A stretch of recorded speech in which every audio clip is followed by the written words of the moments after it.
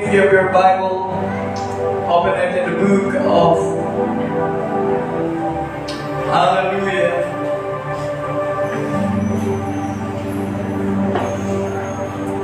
Praise the Lord, praise the Lord. Hallelujah, Jesus.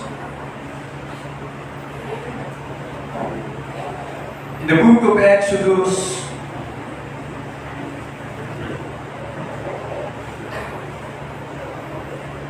praise God. Hallelujah. Chapter 19, verses 5 to 6. The Bible says, "Now therefore, if you will indeed obey my voice and keep my commandments, then you shall be a special treasure to me above all people. For all the earth is mine, and you shall be to me a kingdom of priests and a holy nation. These are the words which you shall speak to the children of Israel." 1 Peter chapter 2, verse 9. "But you are a chosen generation, a royal priesthood, a holy nation, His own special people, that you may proclaim the praises of Him who called you out of darkness into His marvelous light." And in the book of Exodus, chapter 29, verse 46, the Bible said, Amen, "And they shall know that I am the Lord their God, that brought them out of the land of Egypt, that I may dwell among them. I am the Lord their God." Everybody praise the Lord. So this morning, we'll magandala sa subject and kasaling that I dwell among you. That I may dwell. I ask Pastor Noah to pray for blessings sa pulong sa Diyos. Lagit nung amahan, salamaton kami. God bless your name. Hallelujah. Nibalog po ngayon ikaw, ano na'y pagabuhaton, nini mga galaw. Nilagro sa paglingkod mo kanamo, nini katapusan. Glory to God. Talaykon ka sa walay katapusan ang paglaong nga na kanimo Ginoo sa pangalan ni Jesus. Amen. Let's clap our hands for Jesus wants to dwell in you. God bless you. We all be seated. God is good. And all the time. Praise God. Well, tayo po'y nagpapasalamat sa umaga nito mga kapatid. I'm so happy. Kasama natin si Uncle Titing, no? He loves you so much. Amen. So feel at home. This is your church. Praise God, where the presence of the Lord dwells. Amen. Praise God. Hallelujah. Maayo bitang Diyos. We're so thankful. Last Friday, we were able to have our convocation at Bicaway Cibao. Praise God. They appreciated it much. Alipay nila na nasumunta kaga. I talked to one of the principals sa non-academic nga nahimong he was my schoolmate in high school. Batch ni Ma'am Cherry, I think. Praise God. Kasi niya pastor. Salamat din nga nagsulod ka mo sa National High School because since then ka nagsugod convocation kag GPR, care group sa school. Praise God, hindi na kaayo talaga ang among problema sa batasan sa mga estudyante. There's something within their lives that start to change. Kaya sabi ko, sir, amen, if you remember in the Old Testament, the people of Israel, lahat ng batas ay nakasulat. The do's and don'ts. Yet nothing changed to the lives of every person. That's why, simple, amen, but once the Lord start to change the heart, the Lord wants to start, amen, to dwell within your heart. Amen. It will reflect on the outside. Lalabas po yan. Praise God. Kasi pag nabago yung puso, susunod po kung ano yung nasa labas. Sabi ng iba, praise God, hallelujah, pahayaan mo yung sa loob, baguhin mo lang yung sa labas. Pero the Bible said, out of the abundance of the heart, the mouth speaks. Kung ano yung pinapakita mo sa labas, yun po ang nasa loob. Everybody say praise the Lord. So salamat and thank the Lord. Last Monday, we started our building construction sa ating Bambuga Church. If you have time, you can visit at the back. Amen. May mga nahimo na. Salamat, Brother Lando. And Engineer Will J. Nalangay siya natong supervising engineer kada himos ang design and layout. Praying. Praise God. Hallelujah. I believe, amen, for God's glory, we can have a big church and we can have a beautiful church. Amen. Praise God. This is for the glory of God. Everybody should praise the Lord. Hallelujah. So we know, church, that God gave Israelites the law of the tabernacle land before continuing to possess the promised land. We are still in the journey of Israel from the land of Egypt going to the promised land. Pastor, bakit po natin binigyan ng pansin ang mga bagay na ito? Because all these things meron pong relation to our salvation and to our walk with God. Everybody should praise the Lord. Praise the Lord. So alam po natin mga kapatid, when God made it clear at Mount Sinai, His plan to create a holy nation. Nung pinili ng Diyos ang Israel, nais ng Diyos na bumuo ng isang nasyon o isang bayan, praise God, na tinatawag banal na bayan, being set apart and different from other cultures around them.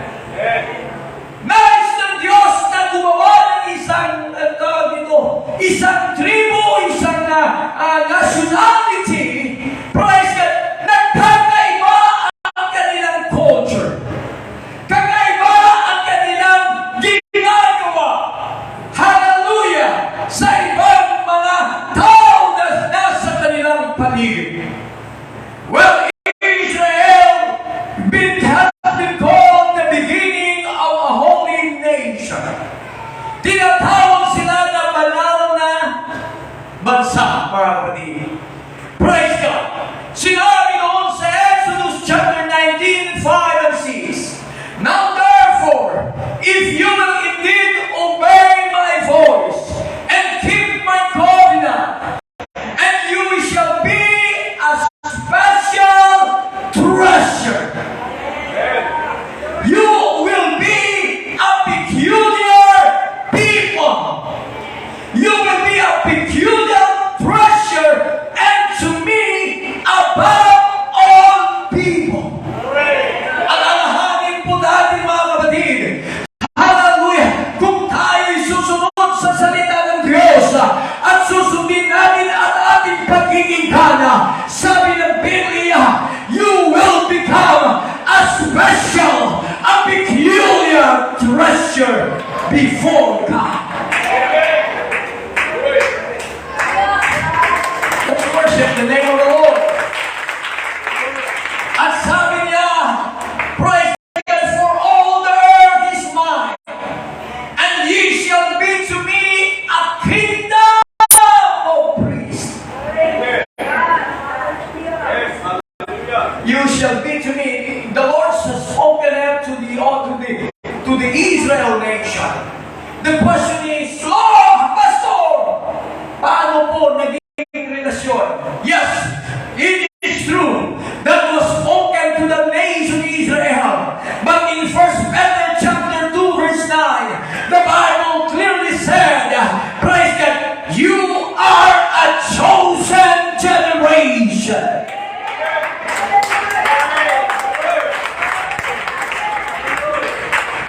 John chapter 15 verse 16,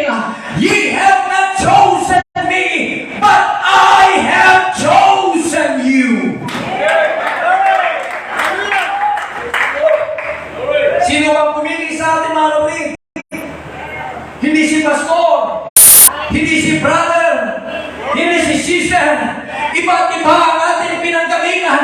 Pero bakit naririto tayo nagkatipon-tipon? Dahil lahat tayo, iba't ibang tribo, iba't ibang lahi, mga kapatid. Praise God, pinag-iisa tayo ng Diyos, pinili tayo ng Diyos, and I'm so blessed, I'm so thankful that I was chosen by God.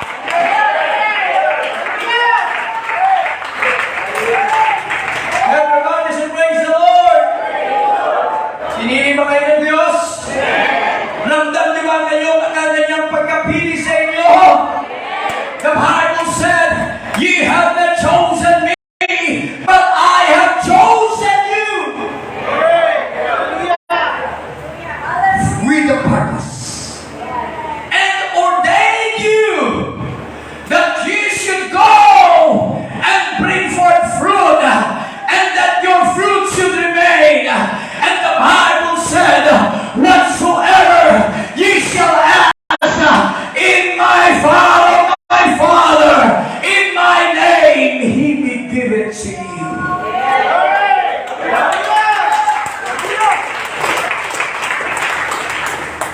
Now back to Israel, mga kapatid. Sabi sa Exodus 19:5-6, mga kapatid, "And ye shall be to me kingdom of priests and a holy nation. These are the words which you shall speak to the children of Israel." Now the religion of the nations they were passing through Canaan were notoriously immoral and involved worshiping idols. Alam niyo, mga kapatid, Israel has been enslaved for 400 years. Since the time of the family of Jacob, they entered into Egypt. And Pastor Dodds, sigurado, most of them were converted to the idol worship of Egypt. They adopt the cultures of Egypt. Yung nanatili na lang sa kanila is the love and the mercy of God. At bago po sila umalis doon, grabe kadaot ang Egypt. Gusto ng kaaway tanggalin ang kanilang paniniwala na may iisang Diyos. Gusto tanggalin ng kaaway ang mga kanilang pananampalataya sa Diyos. Hallelujah, just like what the world of today is doing to the people. Alam niyo, mga kapatid, the Bible said in the last days, perilous times shall come.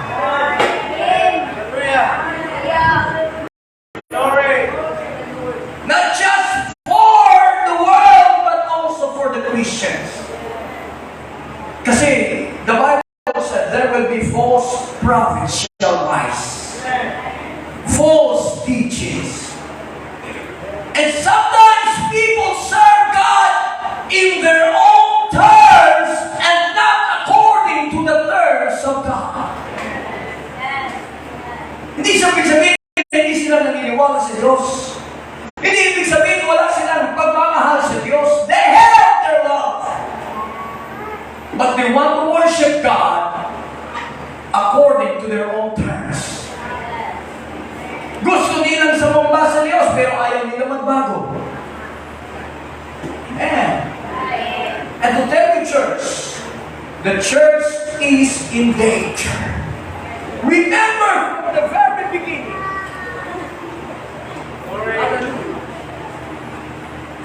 God has chosen Israel as a special people, Pastor Bruce. A peculiar one. Iba sa lahat. Iba sa mga nasyon. Just like you and me, we are a chosen generation to be a peculiar people. Bakit iba kayo mag-worship? Kahit iba yung pananampalataya nyo, bakit iba yung pananamit nyo, bakit iba yung lahat, hindi yan gawa ng organization, but it is the will of God, because you are a chosen Hallelujah! Everybody should praise the Lord.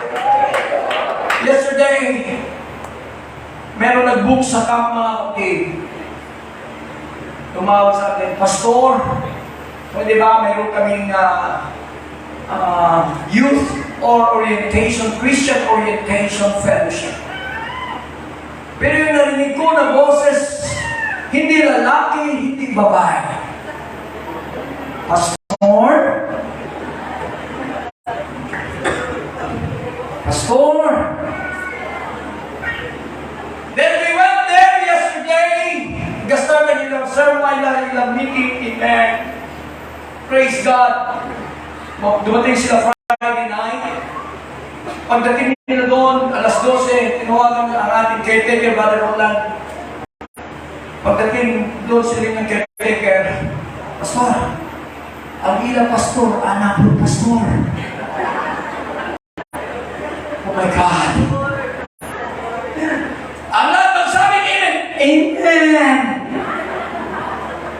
Ang MC magsabi, praise the Lord, praise the Lord. Yes, they love God. They want to serve God. But they don't want to be changed. Since from the very beginning, God created only man and woman for one purpose, for multiplication. Amen. Then meron naman ngayon, marami naman teachings na siya nagsasabi, hindi na daw kailangan ng pag-receive ng Holy Spirit. Kasi once nga tinanggap mo si Kristo, kusang papasok yung Holy Spirit sa iyo. Kahit pupunta ka ng sabungan, yung Holy Spirit nandun pa rin. Kahit magnakaw ka, nandun pa rin. It seems like, correct, they had quoted verses, but remember, the people of Israel, hallelujah, they were contaminated by the doctrine of the land of Egypt. That's why God wants to take them out from the land of Egypt. Bakit nais ng Diyos na palisin sila sa lupain ng Egypt? Because God desires for a holy people. Sabi ng Bible, Leviticus chapter 11 verse 44, For I am the Lord your God. You shall therefore consecrate yourselves, for you shall be holy.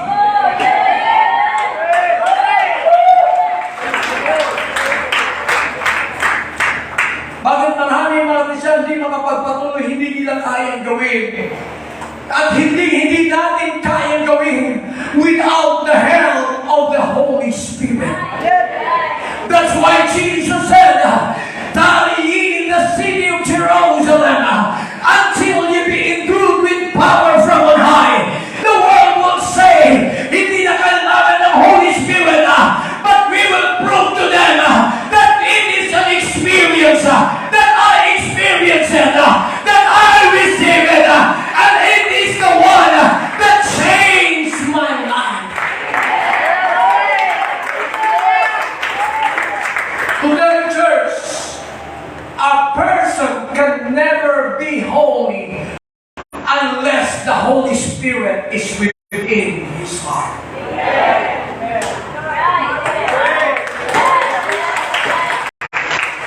Mahirap magiging banal pag walang banal na Espiritu. Mahirap i-control ang bunganga pag walang banal na Espiritu. Mahirap tanggalin ang bisyo sa buhay pag walang banal na Espiritu. Kaya bago nagsimula mga kapatid, praise God, ang ministry ng mga disipulo, mga apostles, sabi ng Bible, manatili kayo sa Jerusalem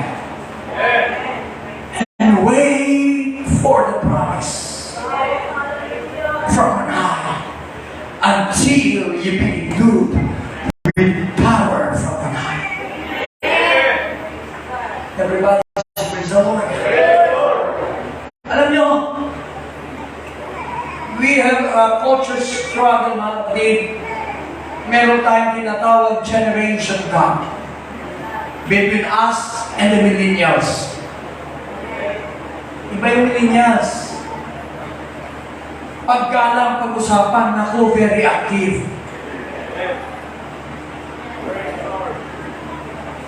Pag-joy, pag-enjoy, very active. Sa bagay, sinabi naman ng Biblia, in the last days, men shall be lovers of their own, more than lovers than God. Pagsimba, hinay, pero pag sa gawas-gas, we are in a struggle. We wrestle not against flesh and blood. Contrary to what many hear today in some sermons, popular Christian songs, the emphasis in the Bible is on holiness of God and not on the love of God. Praise God. Remember, God is love. Is a holy love. For the Bible states that God is light and God is love. Now, for the children of Israel, the presence of the cloud of glory and the pillar of the fire reminded them that God is holy and a consuming fire. Nung nandoon na sila sa ilaman in the wilderness, gumagawa sila ng tent, no, yung tabernacle. At hindi lang basta-basta na sila po yung doon. Merong a supernatural, visible na nakikita during their journey. Ano po ito, mga kapatid? The pillar of cloud by day and the pillar of fire by night. Everybody should praise the Lord. Deuteronomy chapter 4 verse 4. Sinabi ng Bible. Hallelujah. Praise God. Deuteronomy chapter 4 verse 4. But ye that believe unto the Lord your God, you are alive this very day. Praise God. Hallelujah. So, to face God's holiness is we need to encounter His power. Tayo po'y makasalanan. We have flaws. Amen? Pag wala po tayong banal na Espiritu, pag magalit tayo minsan di natin mapigilan, makapagsabi po tayo na hindi maganda, di ba? Makasakit sa kapatao. Praise God. Hallelujah. Hallelujah. So, to face God's holiness, kailangan we need to encounter His power. We need to have a personal encounter.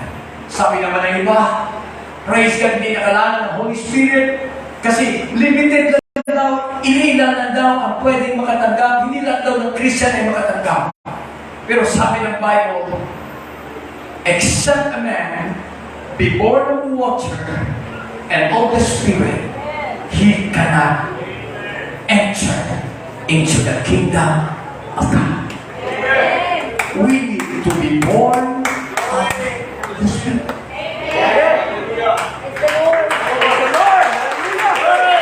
It is the only power during the times of a believing ng Panginoon na siyang magbabago that will help us change our mortal body into immortal body.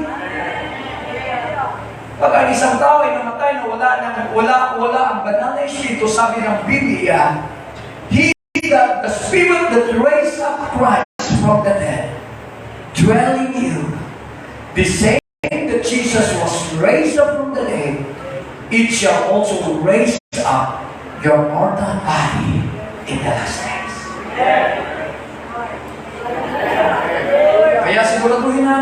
tayo ng tayo, may banal na espiritu po tayo. Everybody should praise the Lord. Palapakan natin ang Diyos. Praise God. Hallelujah. So God desires His people to be whole. This is because He wants to dwell among them. Bakit nais ng Diyos na tayo maging banal?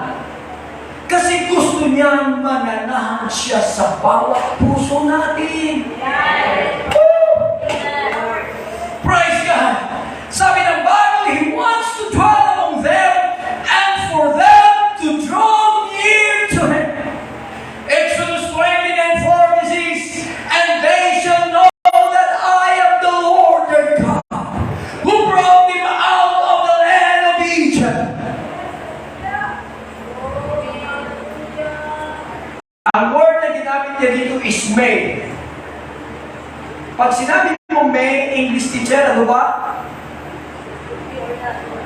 Maybe, yes, or not. Hindi niya ginamit ang can or will. Praise God.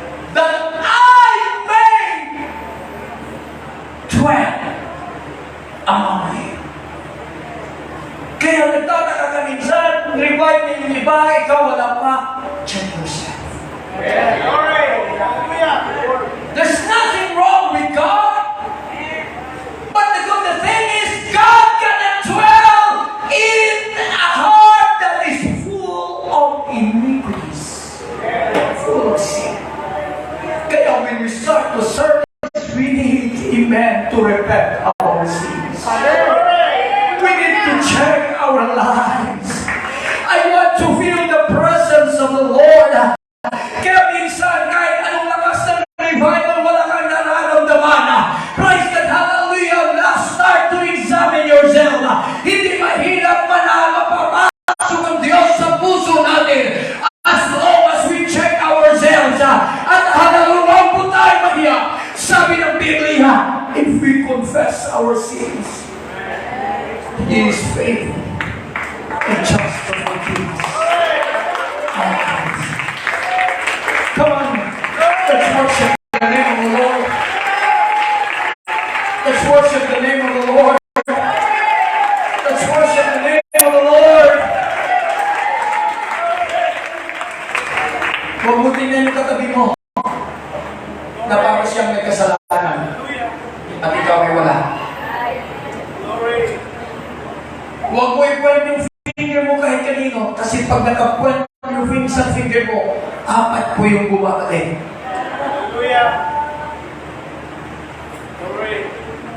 We are all sinners saved by grace.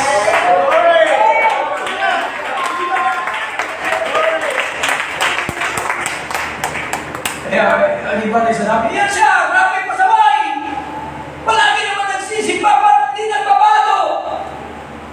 Habang pumapasok pa sa simbahan, okay pa yan, samtang wala pa raw Diyo. There's still a chance. Because I cannot change you. You cannot change yourself.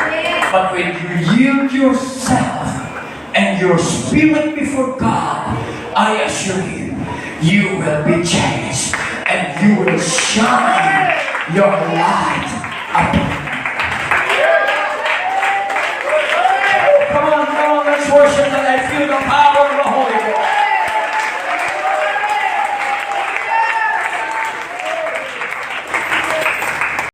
Kasaya tayo pag may taong pumapasok sa ating bahay, right? Lalo na pag maganda yung bahay natin. You're proud of it, di ba? Proud tayo kung maganda yung bahay natin, di ba? Pero pag hugay mo ba na, pasunod daw. Ganahan ka magpasunod sa bisita? Hindi siya magpasunod at nasa sagwa. Tama? Kalat dito, wala ka pang limpyo sa singa, wala ka pang limpyo, wala ka pang hugas sa lababo, mapunta mo special na bisita. Ano mo mo? Ha? gawas na dito lang tayo istorya. The same thing with God. Sometimes not ready ang atong heart, tapos gusto ka ba sunod mo yata? God seeketh our heart. He is excited to enter into our hearts and our lives. I want to dwell among you.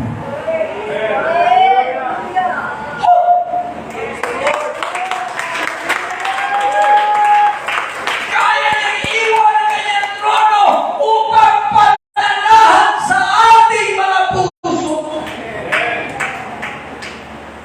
Pero kung hinggo ang imo balay ganahan may bisita mag-istab dito. Kung punoy mo balay ganahan may bisita mag-istab dito. No. Pero kung kuminyente mo balay, biskat kabugol mo, hindi ka siya magpuli, lalo na kung damo sa pagkaon.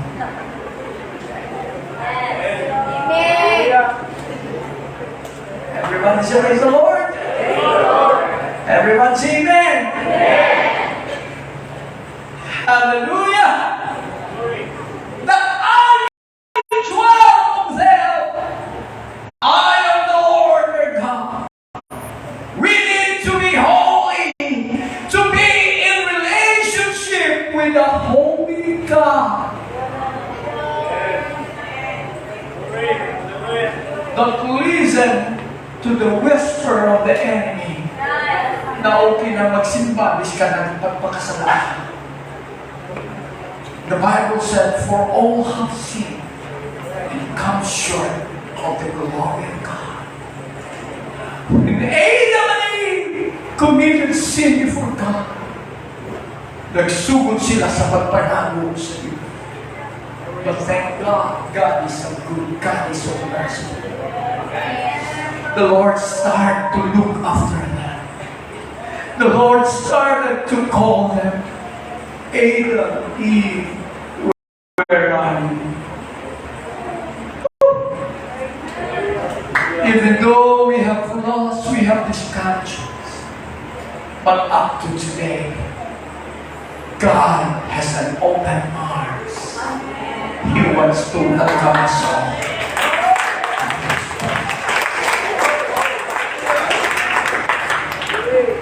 Talapakan natin ang Diyos.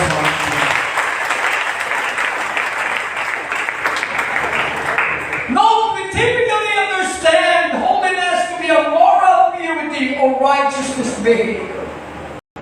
However, the Hebrew word for holy that Moses used in Leviticus means that which is set apart. Pinag-iba, pinili, mark off that which is different. In other words, we cannot go to the flow of the world.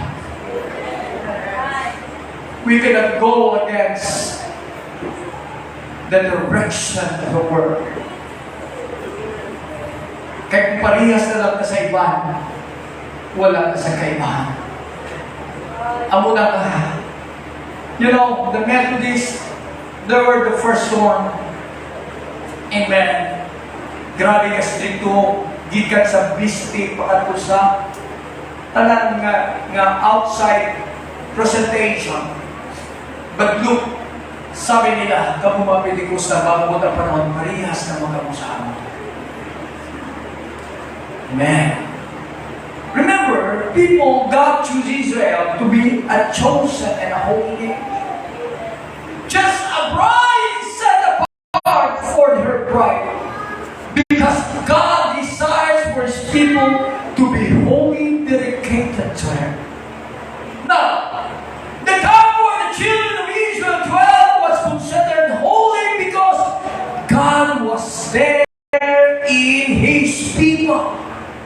So meron silang ginawang camp at tinatawag ito hindi sa holy place dahil nandoon ang Diyos. Deuteronomy chapter 23 verse 14. For the Lord your God walks in the midst of your camp. So sabang sila po'y nagka-camp, marami at sa bagay sabi ng Biblia,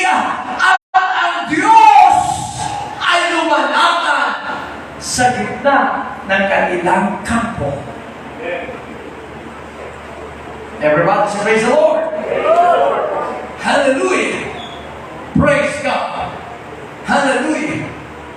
To deliver you and give your enemies over you. Therefore your camp shall be holy. Ano sabi ng Biblia? The Lord walketh in the midst of the camp to deliver thee and to give up thine enemies. Wow! Patay manang at ang presensya ng Diyos ay nasa. Tayo'y protektado laban sa ating mga kaaway. Before they therefore shall they come, pero may kondisyon. Kailangan ang kampo ay magiging banal. That ye see no unclean.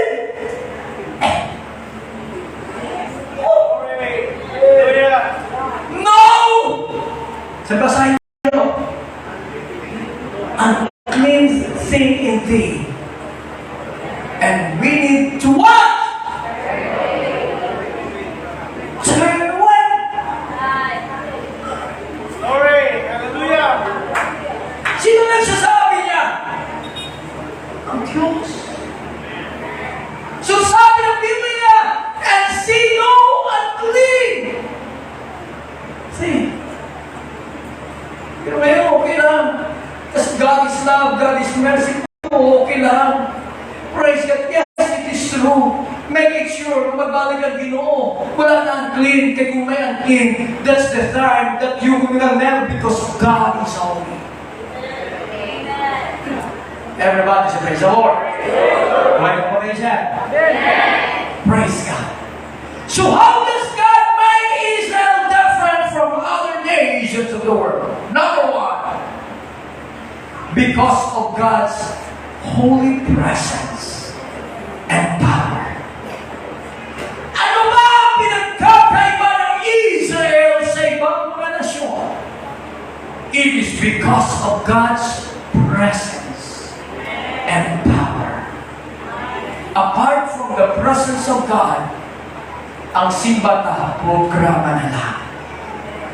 Kung pagsunod ng pagpasok sa church, wala kang naramdaman, ang iyong pagpasok mo ay routine at nagiging tradisyon na lamang. Kung walang kapangyarihan na nararamdaman mo, hallelujah, we are just the same as other people. Unlike Egypt and the nations around them, God revealed Himself as a true and only God. That's why up to this day, we still believe in the power of God. That the power of God still manifests in our time. Hindi siya nagbabago. Siya pa rin ang nagpapagaling. Siya pa rin ang nagbigay ng proteksyon. Siya pa rin ang nagsupply ng ating pangangailangan. Siya pa rin, hallelujah, ang milagrosong Diyos. Siya ang Diyos ni Abraham, Diyos ni Isaac, at Diyos ni Jacob.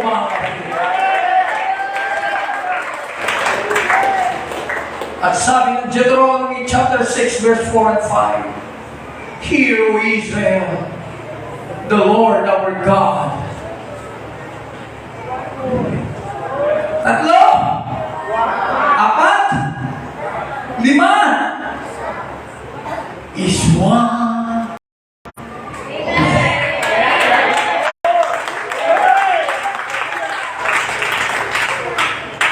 May nag-survey kami dyan. Sabi ng surveyor, Pastor ka pala, Pastor ka, engineer ka. Kasi tawag kami, engineer, Pastor. Alam mo ba, na si Adan at si Eva, walang ama, walang ina. Pero si Jesus Christ, may ina, walang ama. Tayo, may ina at may ama. Kaya kami, sabi niya, naniniwala kami kay Jesus Christ. Yung hindi niya alam that it is God who is in the Spirit manifest in the flesh and dwell among us. For great is the mystery of godliness, God manifest in the flesh. No contradiction what the Bible is saying in Deuteronomy chapter 6 verse 4. Hear, O Israel, the Lord our God is one. Come on, let's worship Him.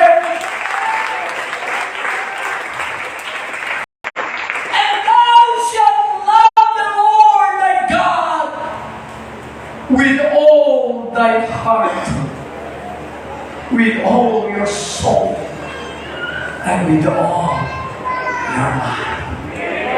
Meaning serve God without reservation. Give your best to God. Serve God with all your heart. Serve God with all your soul. Serve God with all your mind. As long as you still have your mind strength, as long as you still have your voice, serve God with all your heart, with all your soul, and with all your mind.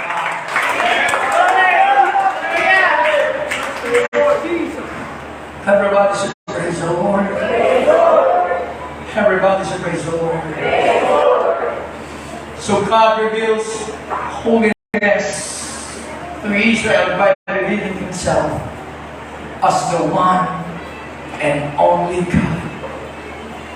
God demonstrated His power as the one true living God by judging the gods of Egypt and destroying the Egyptian army in the Red Sea.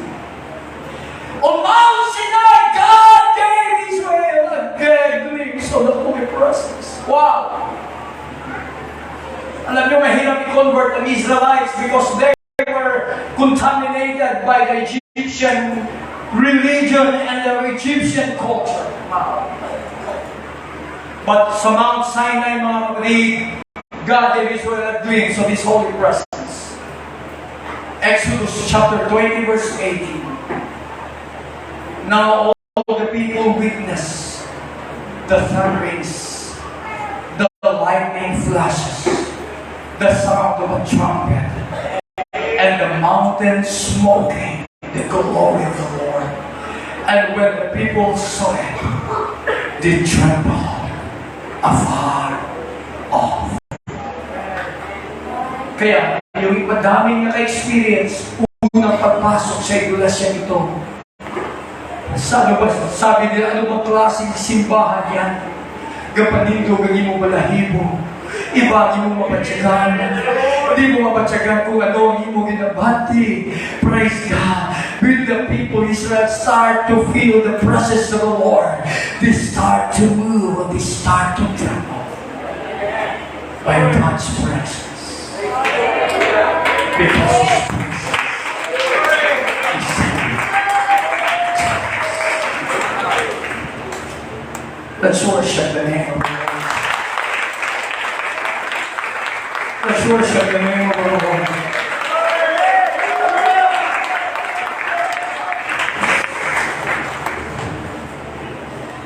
Isaiah 44:6. Thus says the Lord, the King of Israel, and His Redeemer, the Lord of hosts.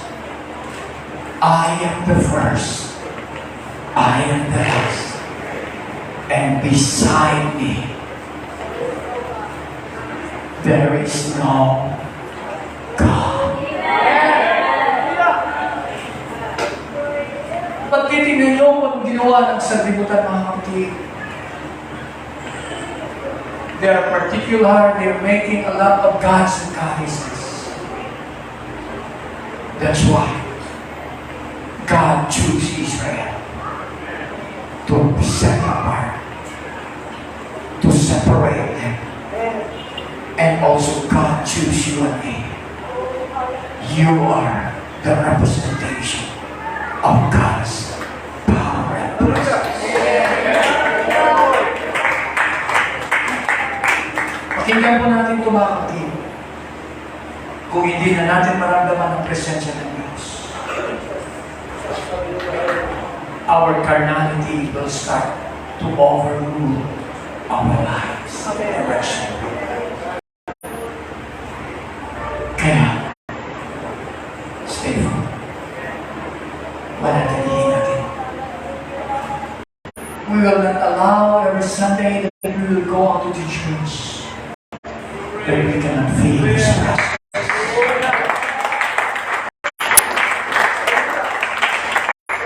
Kaya bago sa salita ng Diyos, meron tayong mga preliminaries.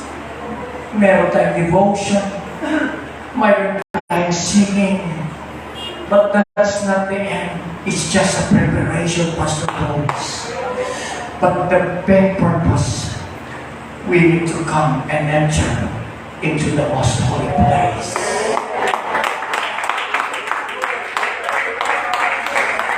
Where we feel the presence. Where we can touch the presence of God. Hindi natin control ang buong week, the following week. But if your God is with you, He will protect you. He will guide you. He will provide you. Let's all stand together. Hindi ko matapos mga but I want to continue this next Sunday. It's a very, very wonderful message about you. I will start with this message.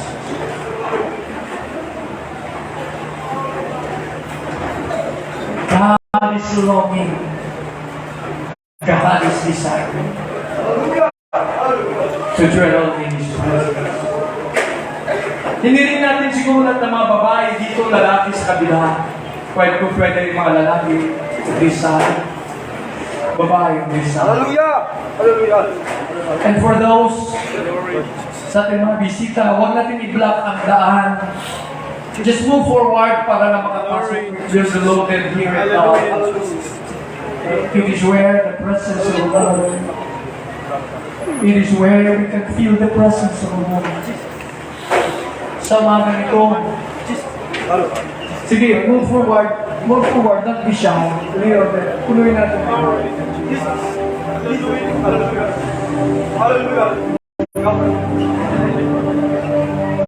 Remember, we are serving a holy God. A spotless Lamb, a blameless, without spot and without wrinkle.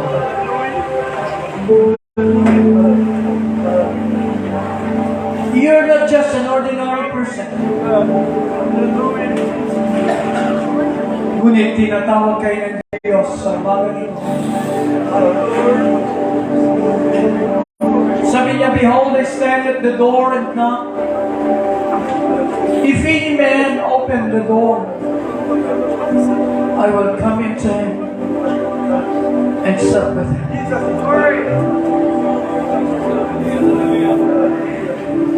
Are you ready to feel the presence of God? We need to examine ourselves.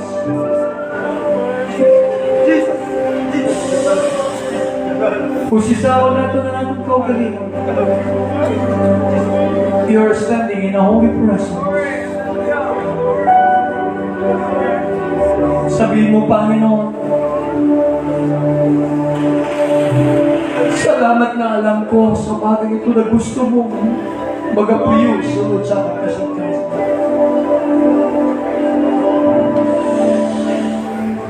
But today, God, take away all the iniquities that I commit. Tanggalin mo ang anumang bagay na siyang umahanla sa iyong pagpasok sa aking puso. Pagtawarin mo ako, Diyos, sa lahat ng aking nagawa na hindi kaya-haya sa iyong harapan.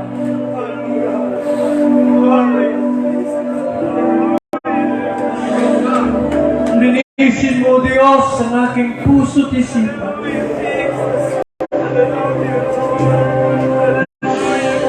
Patawarin mo ako sa lahat ng mga kasalanan na nagawa ko.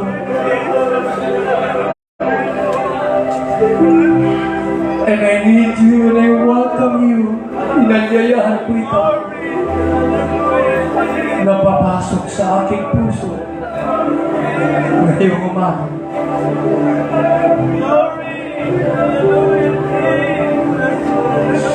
At matapos mo manalangin at humingi ng kapatawaran, simulan mo siyang purihin. Sabihin mo, hallelujah. I love you, Jesus.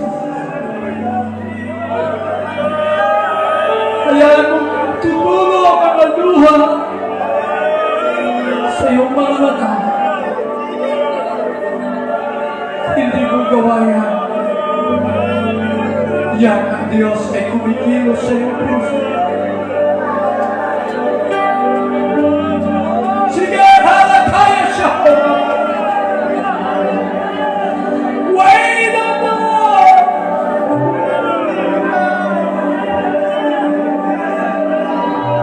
I feel the power of the Holy Ghost!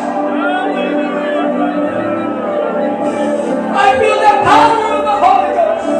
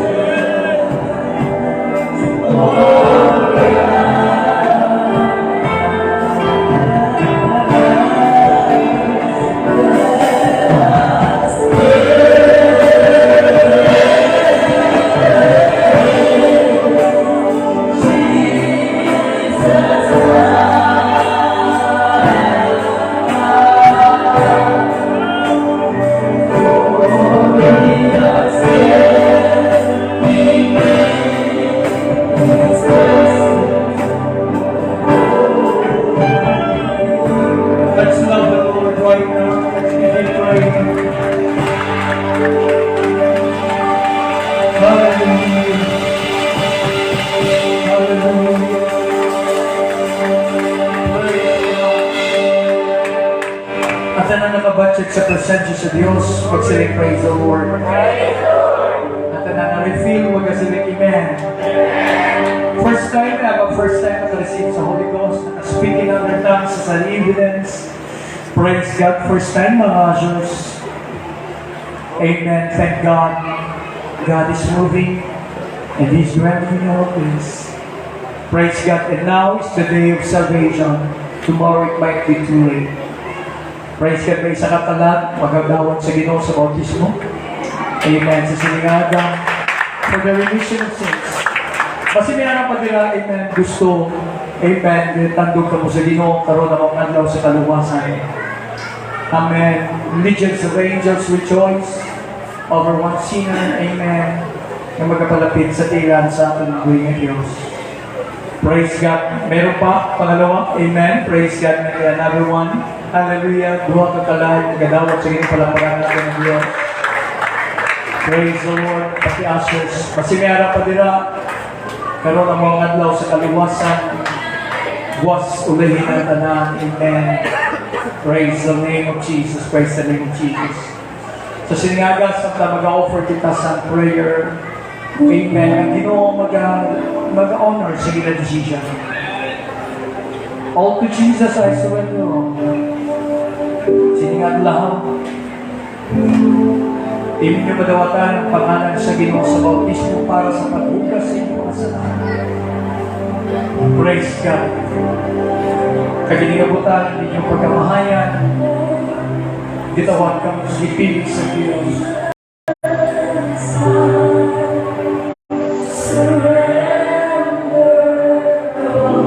Hallelujah, Jesus.